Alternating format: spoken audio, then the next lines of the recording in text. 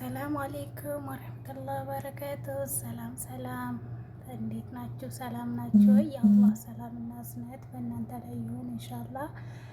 እሙ ፋይሰል ነኝ።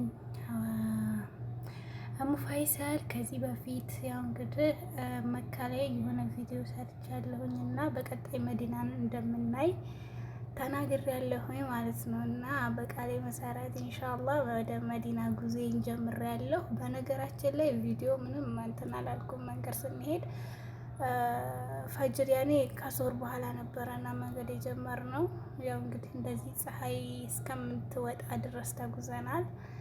ያው ግን ፀሐይ ብዙም እንትና ያኔ 8 ሰዓት ላይ ገብተናል። 8 ሰዓት ወጣት ማለት ነው። በኢትዮጵያ 2 ሰዓት ላይ ገብተናል መዲና።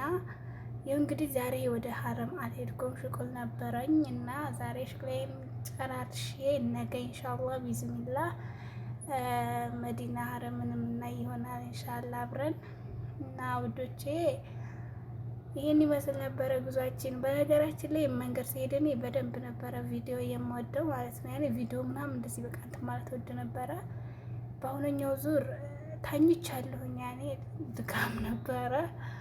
በዛ ላይ ደግሞ የፈጅር ጉዞ ኧረ ቢስሚላህ ከባድ ነበር። በነገራችን ላይ ያው ብዙ ደስ አይልም ነበረ እና ያው እንግዲህ በሰላም ጉዟችን ተጠናቋል። ሽቅላችንም እየተጠናቀቀ ነው። ያው እንግዲህ አዲስ ቤት ሲገባ ታውቃላችሁ ያው ስራው ማለት ነው አልነግራችሁም።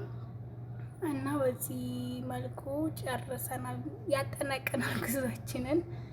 ነገ ደግሞ ቀጥታ ወደ ሀረም ይሆናል ማለት ነው ኢንሻአላህ። መስጂድ አልቁባና ሀረምን እንያለን ማለት ነው። እሺ እና ውዶቼ ወዳችኋለሁ። መልካም ቆይታ እስከ ነገ ድረስ ማለት ነው። ነገ በአዲስ ቪዲዮ እንገናኛለን። ባይ ባይ።